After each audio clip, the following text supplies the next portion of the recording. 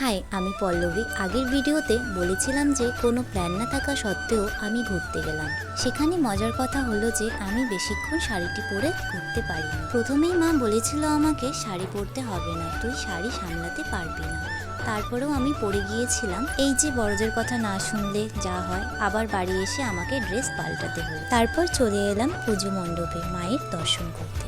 সেখান থেকে বেরিয়ে পড়লাম। তারপর যেতে যেতে পৌঁছে গেলাম আমাদের সংঘশ্রী ক্লাবের সামনে। এখানে প্রতি বছরই খুব সুন্দর পুজো হয়, তাই এবারও চলে এলাম। মণ্ডপের ডেকোরেশনটি পুরোটি কাচের বোতলের তৈরি, আর লাইটগুলো কাচের মধ্যে পড়ে আরো বেশি সৌন্দর্যের আলো ফুটে উঠেছে। আর এই কাচের বোতলগুলো দিয়ে খুব সুন্দর জল পড়ছিল। সেখান থেকে বেরিয়ে আরো একটা পুজো মণ্ডপে চলে এলাম। সেখানেও পুজো মণ্ডপ খুব সুন্দর বানিয়েছে।